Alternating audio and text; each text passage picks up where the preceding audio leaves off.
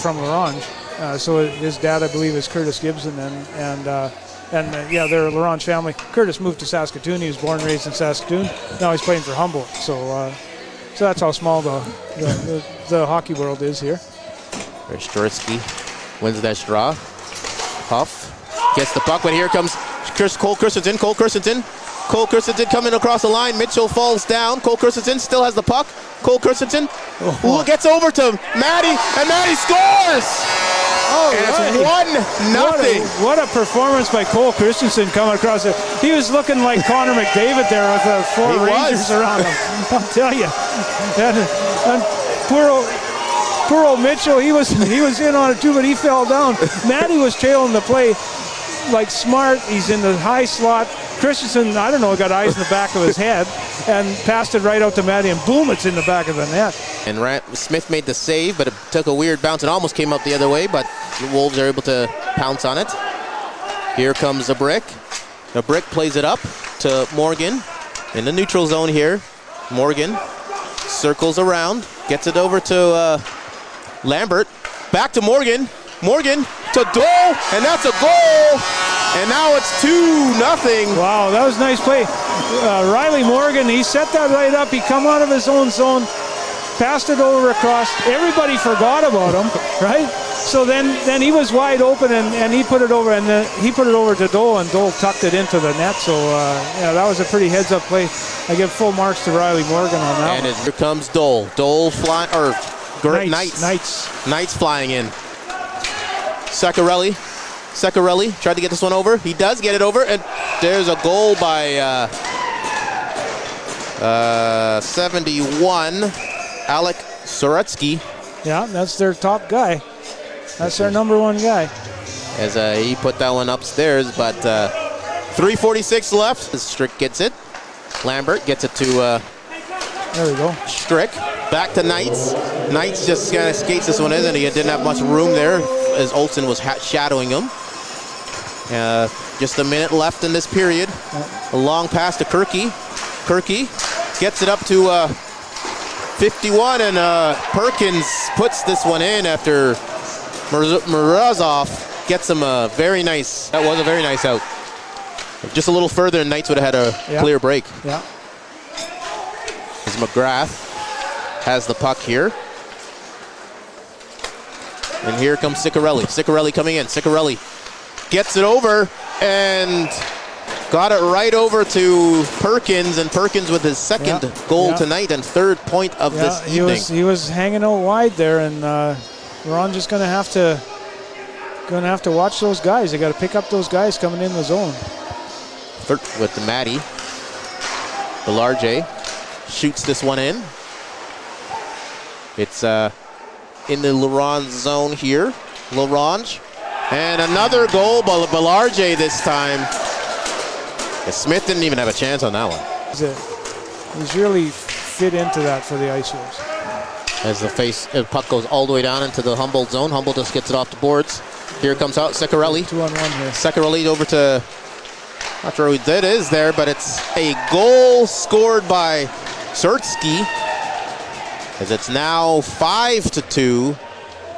And the whole chase, but he goes on a quick little line change here. And it's 5-on-3 now. And here comes Morozov, and Morozov scores as he puts it 5-hole on Smith. Yeah, 5-on-4 now. And the Eagle Point penalty kill continues. As here comes Belarge, gets it over to Zoretsky. And a quick shot, and there's another goal. I believe that's 77, Connor McGrath. Dole has the puck in behind there. Dole tried to get this one out front for Ket now with a quick shot, and it looks like Mitchell is going to drop the gloves. Mitchell and Evers, I think. I'm not sure who's fighting, but Mitchell is throwing the hands. Mitchell's feeding him right. And Mitchell. Gonna feed him a few more. Here we go. It is Evers, and Evers is holding his own. Mitchell, I don't know. As he finally comes down, and Mitchell wins the bout. Kirky has the puck here. He gets it up to Huff at the point, right in between the face-off circles. And it's a second goal there by Alex Morozov. As it's now 8-2. Well, yeah. And here comes the Broncos. Broncos into the breakaway, and they score another goal. This time, Rhett Gibson on a breakaway there. Belarge, he gets it up to Ceccarelli, who now gets it to McGrath, to Soretsky. Soretsky coming in. Soretsky gets it over to McGrath, and that is in the back of the net. It is now 10-2. And the L'Orange. And I just want to talk a little bit about Hugh Watt. I had the honor of being on the Ice Wolves board with him for a number of years, and I mean, he was really committed to junior hockey in L'Orange, and he was a part of the history, you know, the 20 plus year history of the Ice Wolves in L'Orange, and really supported them all the time. And he saw the reason why it's important to have a junior A franchise in a community like the tri-communities, like L'Orange, Air-Orange, and Lac L'Orange Indian Band. And he really believed in that. He believed in what having an outlet for elite sports would bring to the community. So, you know, just having that level of athlete in your community and having them interact with your youth and people in the schools and the community, you know, that's something. And then the other piece of it is the what that gives the community in terms of how the community sees itself and feels about itself. And he saw those important things, and that's what he really wanted to make a point of, why you want to have a junior A club in L'Orange and the tri-community. So he really believed in that. He lived that.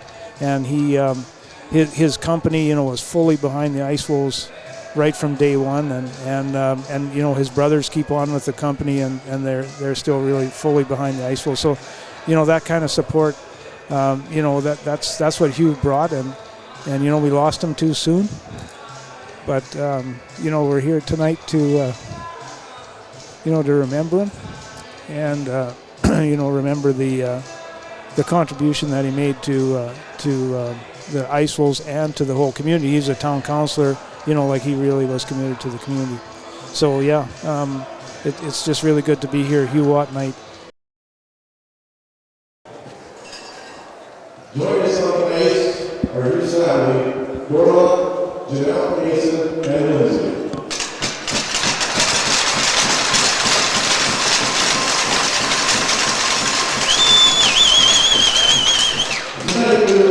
He was a man who was dedicated to his family, community, and took great pride in the Ice Wolves.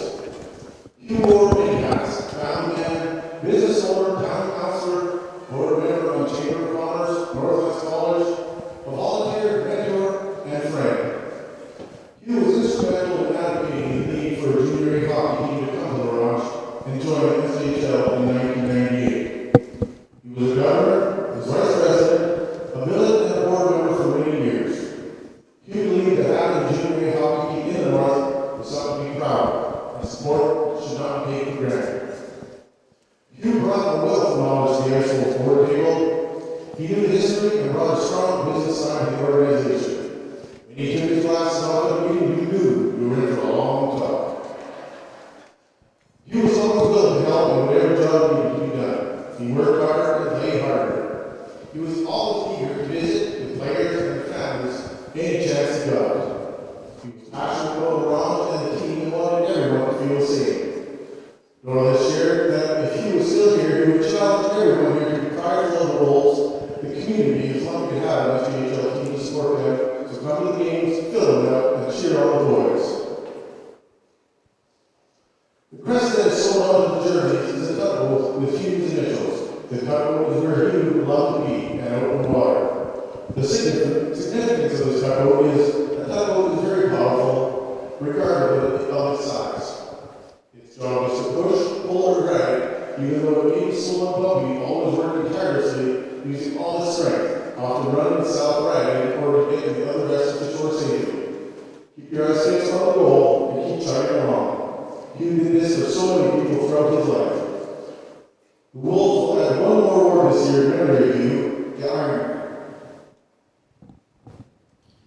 This award is completely given to a player that has played every game in a season, a player who leaves all on the ice, each and every game, works hard, doesn't back down, takes pride in the crest that's on his jersey, and expects nothing less from his teammates.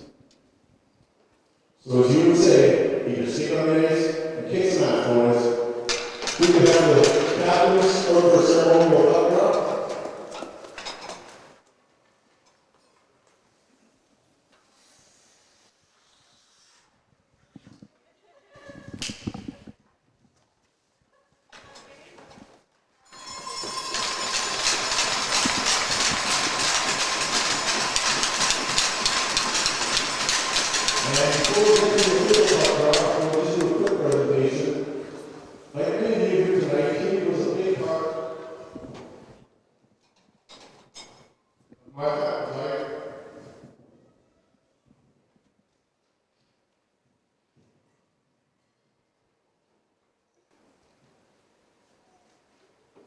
For the past 30 years, sorry. When we lost him, it was like losing our family member. We had this made for his family in memory of him, as a replica of the patch that the boys have on their shirts. Thank you, Hugh, for your commitment to this community and to this team and for being a part of our family.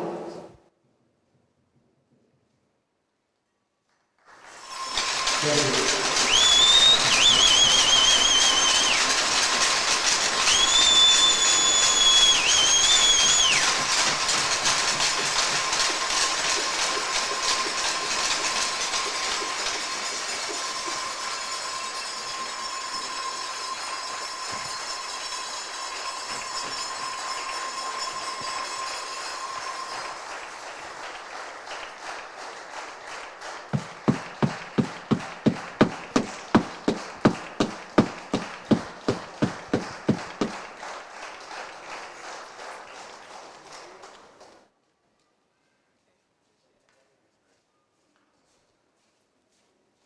All right, Dwayne McLaughlin here with Parker Layton, and it's Huey Watt night. I guess, what did he mean to the community?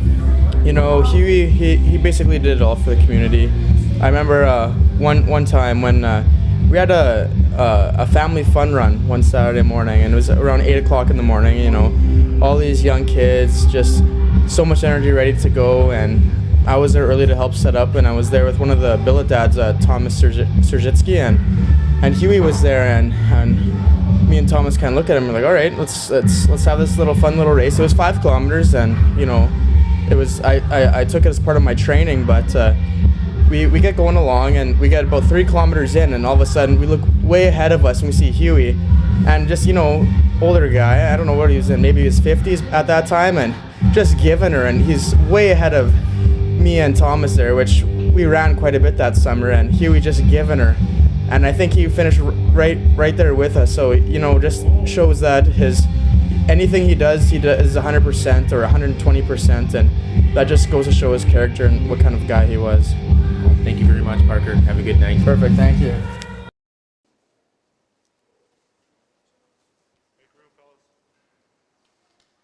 There's much more, but I will leave it off on a positive note since it was Hugh Watt night. What are some of your memories from of Hugh Watt?